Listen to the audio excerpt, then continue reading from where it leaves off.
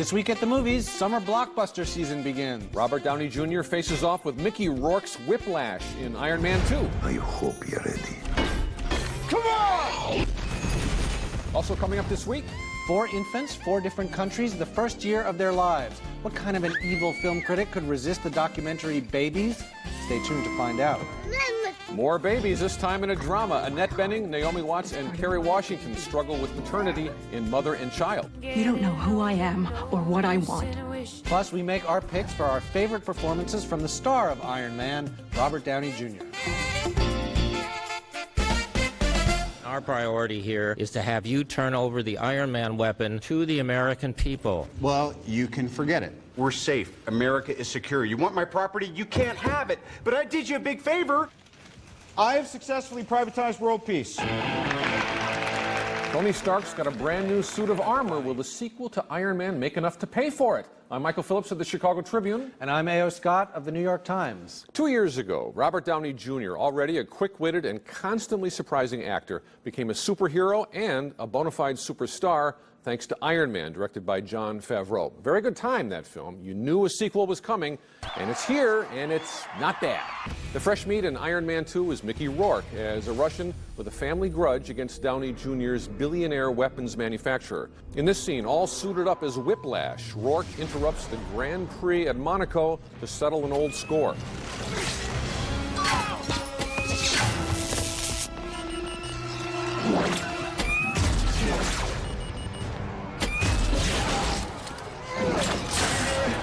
This is a crowded movie. Stark's also dealing with a Senate hearing, a rival industrialist played by Sam Rockwell, as well as an ambitious employee who's full of deadly moves. She is potentially a very expensive sexual harassment lawsuit if you keep ogling her like that. Yes, and I've got 3 excellent potential candidates. They're lined up and ready to meet you. I don't have time to meet. I need someone now. I feel like it's her. No, it's not. You ever boxed before? I have, yes. Or like Tae-Bo, Booty Boot Camp, Crunch, something like that? That's Scarlett Johansson in the ring with director Favreau. Favreau also plays a supporting role as Stark's flunky. Also returning from the first film is Gwyneth Paltrow as Pepper Potts, now the CEO of Stark Industries. I know. My editor will kill me if I don't grab a quote for our Powerful Women issue. Oh. Can I? Sure. She's actually doing a big spread on me for Vanity Fair. I thought I'd throw her a bone, you know. Right. Right? Yes. Well, she did quite a spread on Tony last year. And she wrote a story as well. Don Cheadle steps into the role of Rhodey, and Favreau's loose, casual way with his actors more or less saves this movie from its own saggy midsection and meandering plotline. Here and there, the spark and wit of the first film returns. Elsewhere, Iron Man 2 settles for being a moderately satisfying sequel, destined from the blueprint and the prototype stages for the designation of rented. I was a little frustrated by it, but not bad. I mean, I agree with some of the things you say about it being overcrowded and about the plotting and the action sequences not being the best thing in the movie, but I say see it because this is one of the very few superhero movies I can think of that made me laugh almost from start to finish. I mean, the level of comedy, of both comic writing and comic playing in this movie is remarkably high. And I especially don't like, I'm getting more and more impatient with the heavy, lugubrious, self-important, serious superhero movie. And this one is so playful and fun and jokey. Right. But we should point out that the screenwriter, Justin Theroux, was one of the writers on Tropic Thunder, and he's a very good actor in his own right. And he is witty, and I think this movie, it sort of comes alive and fits and starts mostly in these little verbal flourishes, things like that. But I got to say, I think the storyline, it just is so meandering and kind of chaotic and a little confusing, and I never had that feeling in the first picture. Oh, I agree. I was confused, and there's a lot of setting up the next sequel. There are things, the appearance of Samuel Jackson, the whole, you know, who the Scarlett Johansson character is and what she's about, that isn't going to pay off until 2 or 3 movies from now. Right. And that's frustrating, but I have to say there's just such liveliness, and there's some really good acting. There's this really kind of amazing scene, for example, between Downey and Mickey Rourke, the 2, you know, phoenixes risen from the ashes of ruined That is a good careers, scene. facing off in a prison cell. Speaking of thieves, where did you get this design? My father, Anton Uncle. Well, I never heard of him. My father is the reason you're alive. The reason I'm alive is because you had a shot, you took it, you missed. Did I? Let me tell you why I think that works. There's no sense of facetiousness at all. I think Rourke, who doesn't have that many lines in this picture, although it's a big role, you know, it's just a couple of lines here and there, but he plays it very, very much for keeps. And what I got a little weary of, Tony, in Iron Man 2, is this whole plot line about Tony Stark becoming an insufferable celebrity butthead. And I just feel like too many comic book films go that route. Spider-Man 3 went that route. No, but I think that Downey brings it. We're going to talk about Downey later in the show because he's had such an amazing career. But I think that he really makes it happen. And, you know, it's just, it's funny. What can I say? It's funny. It made me laugh. The first one I really loved. Really loved. All right. Coming up next, a new documentary reveals the shocking truth about babies. They're adorable. And sometimes they turn your life into a big fat heap, as Annette Bening and Naomi Watts find out in the new drama, Mother and Child.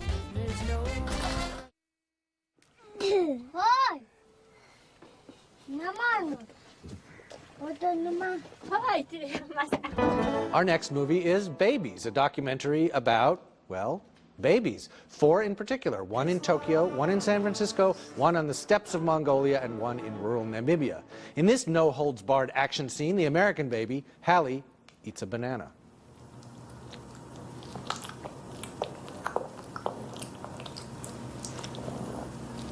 And here's some dialogue no screenwriter could ever come up with, courtesy of Bayar, who lives in a yurt. Mama! Mama! Mama!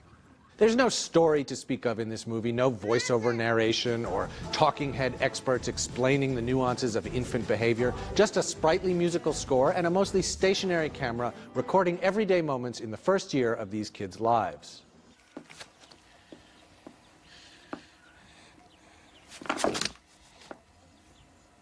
That's Ponejao in Namibia nodding off. And I guess there are some people who might have a similar reaction to this movie. But I have to say I was riveted and completely charmed by Babies. The director, a French documentarian named Thomas Balmez, combines found slapstick with a subtle, almost zen-like sense of the patterns that make childhood a universal condition, even as it varies dramatically across different cultures. Babies are irresistible, and so is Babies. I say see it. No, I say rent it. Rent Babies? Yes. I like the kind of a sick man rents a baby? I like the concept of if they get a little fussy, you just take them back and you're done with it. No, I enjoyed it for a half hour, and then I started to wonder. Got a short attention span. No, I was a little cranky. I hadn't had my nap. It just felt like by the 60, 70-minute point, is this really all there is? It's like what? It's not a movie. It's a Facebook page, and it's no. And the faces are so cute. They're anyway. cute. Yes, that's why it's a rent it. But actually, I say seriously. I mean, I think it does subtly draw out some of what it's like, not just to, you know, look at babies and coo over them, but actually to be one. Like how these babies struggle with the physical world, the laws of gravity, siblings, parents, animals, you know, and I think that it is a portrait of development, of human beings in development. That there's something in it. The only thing I really got out of it, and it's the only thing they want you to get out of it, I think, is the idea that Westerners are wildly overscheduling and overbooking and just basically overcomplicating their kids' lives, as opposed to the Mongolians and the Africans. Right, who sort of let the kids develop on their own. And I appreciated that. I just feel like, you know, if you plot it on a graph, it's like 30 minutes great, 75 minutes not enough. So. Oh, I want to see the 3-hour director's cut. That's going to be an excellent director's commentary. I can just, oh, le bébé, très bon, très bon. Our next film, I don't want to make fun of the French, our next film, Mother and Child, interlocks 3 stories of parents and children searching for connection in modern-day Los Angeles. In writer-director Rodrigo Garcia's prologue, 2 teenagers lose their virginity, the girl gets pregnant, puts the baby up for adoption, and decades later, that girl has turned into the physical therapist played by Annette Bening. I'm not a weirdo, but I'm difficult, okay? I don't make friends easily. I demand a lot from others. Right.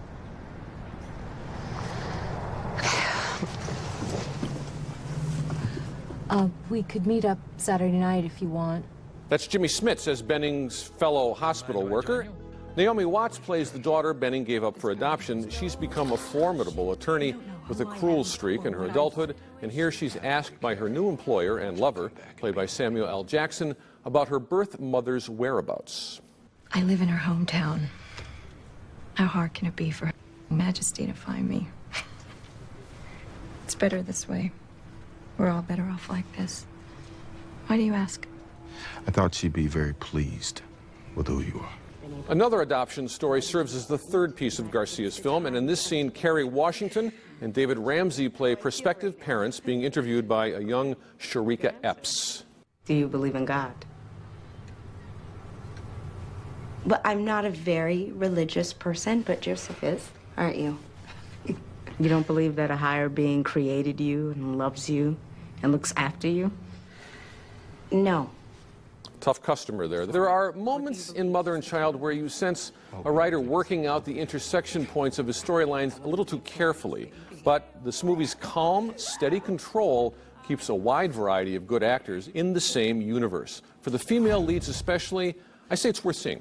Yeah, I also say it's worth seeing. I think for the same reasons that you do. I think that the acting is wonderful in this movie. Kerry Washington, Naomi Watts, who we haven't seen that much of lately. Well, and Benning is not doing much and lately. Benning is, and she's fantastic.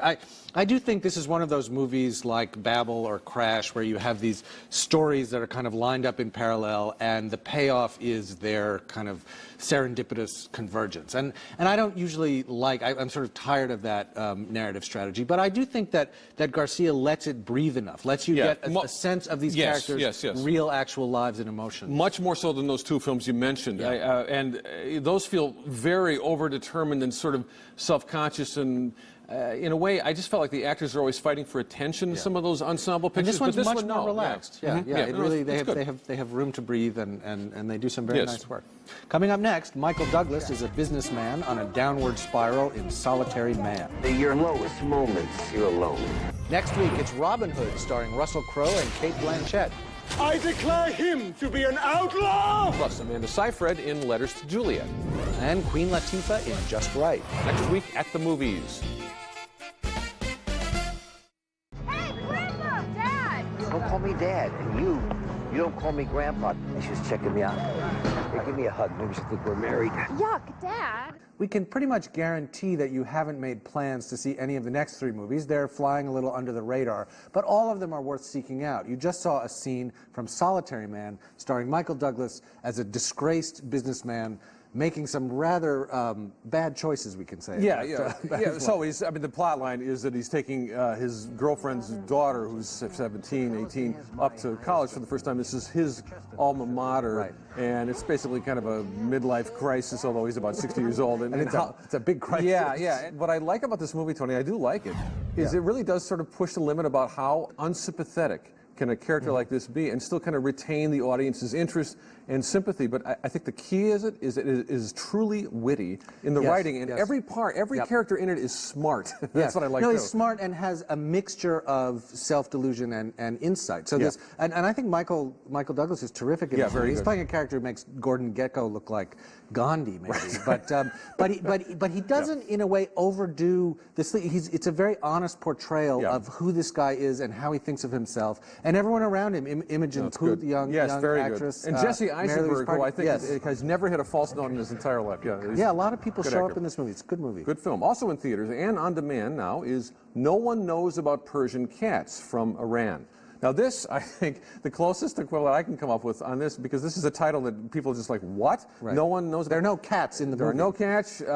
It's close in spirit to the Irish film Once, which was also about, sort of young musicians trying to find their way in the world. And here we have the underground music scene in Tehran. It comes to life in all these different, sort of clandestine studio scenes. It's not a documentary, but it's characters basically playing themselves and acting out the story of these young people who are trying to form a band and get a gig and find recording studios and other musicians. The kind of thing you can imagine happening in LA or London or Brooklyn, except that they're in Iran, which means that they're at risk of going to jail and getting arrested. And the movie was made in the same spirit, right? Because I mean, the movie could have been shut down by the authorities at any point. And it's well worth seeing. It's well worth seeing. It's just a great kind of rebellious rock and roll spirit. And another movie worth checking out in limited release is Casino Jack and the United States of Money. Okay, audiences may remember the disgraced D.C. lobbyist Jack Abramoff, right? Yes. And this is only a few years ago when people were kind of preoccupied with this, and he was really in the news as kind of a symbol of everything wrong with influence peddling in Washington, either side of the aisle. He was the #1 lobbyist in Washington. who can get you in touch with the best and most influential members of Congress. It's amazing how many members of Congress want it in with Jack. People have forgotten about this. One in particular in this movie. Yeah, one in particular, but truly this is a kind of a non-political issue, this idea of like to what degree lobbyists are kind of running the show and pulling the strings in Washington. This documentary, I think, takes on a little too much in explaining everything they don't like about the way the system's working, but when it focuses on Abramoff's rise and fall, it really is compelling. And it has some great stuff. I mean, the director, Alex Gibney, has dug into the archives and found some amazing old footage. And some of the stuff about the way that Abramoff and his associates were ripping off Indian tribes and playing them off against each other. I mean, it's like something from Elmore Leonard or Carl Hiaasen. I mean, it's great stuff. It's very entertaining, as well as tragically true. Yes. True. Coming up next, from Less Than Zero to Chaplin to Iron Man, he's had a very diverse career. And we'll take a look back at the work of Robert Downey Jr. There isn't any time to waste then, is there? We're tired of being the tram donkeys, acting like you some one-man GPS. Damn it! We lost. We people lost, man. Tell them, McCluskey. Tell them what time it is. I don't believe you people. Huh? What do you mean, you people? What do you mean, you people? Huh? That's dedication, and that was a scene from Tropic Thunder, starring Robert Downey Jr. Is there any other actor you can think of who could pull that off? Who could play an Australian method actor, serious movie star, playing an African American soldier? I can't even get my head around it. It proves that comedy is nothing without risk. Nothing without risk. Yeah. No, a fascinating career. Robert Downey Jr. at the beginning of his career, like so many other people, people like John Cusack, others, they have to kind of deal with these anonymous, sort of colorless roles when they're young. In the case of Robert Downey Jr., you're talking about films like Weird Science, Back to School, Rodney Dangerfield, and he's just trying to kind of find what he can in supporting roles. Less Than Zero. I mean, he was a sort of... That was the change, though. Well, that was the change. But he was a kind of satellite member of the Brat Pack, and Less Than Zero is not a particularly memorable movie, although it is a period piece. But there's something there. You look at this guy and you say, he's thinking and acting on a level and with a kind of caginess and wit and risk-taking. Yeah, and there's a lot these other people aren't. Like some of our best actors, and I think actually the late Heath Ledger would fall into this category. There's a sense of being fully inside the skin of a kind of a troubled character, and yet you're slightly outside of it, commenting, but without being blasé about it or disengaged. But it's sort of like two things going on at once with the performance. He's very clever, even when he was young. But what's fascinating is that more recently, he's as you were saying earlier in the show, he's become this huge movie star. I mean, who's in these big franchise entertainments. He's got two of them going. He's got the Iron Man series and also Sherlock Holmes, which I know you particularly didn't like. No, I did not. But Downey Jr. is very good in it, and it's like he was doing in as far back as Richard Attenborough's Chaplin, a very good and thoroughly worked out performance in a movie you can take or leave, in my view. But I think it's a film, really, Tony, like Zodiac, where Downey Jr. really proves that he can be kind of a peacock and a strutter, but also enter a world where really ensemble playing is more the rule. And Iron Man 2, that calls for a different sort of movie star bravura. But he never lets go of the sense that this guy is smart, whoever he's playing, that there's intelligence, there's wit, and there's unpredictability. I think that's a key thing, is like, you're looking at this guy and you don't, whatever character he's playing in whatever movie, you're not quite sure, and you're not quite sure he's sure what he's going to do next. And if he works with Guy Ritchie one more time after Sherlock 2, then he's going to lose all spontaneity, and he'll be, but I hope he hangs on to it. He's very good. Coming up next, can't decide what to see in theaters? Stay tuned for My 3 to See. Hotel provided by Park Hyatt Chicago, Chicago's award-winning hotel and luxury dining experience, located in the heart of Chicago's Magnificent Mile on Water Tower Square. My 3 to See this week contains one big hit, and while I say it's worth renting, it's not Iron Man 2.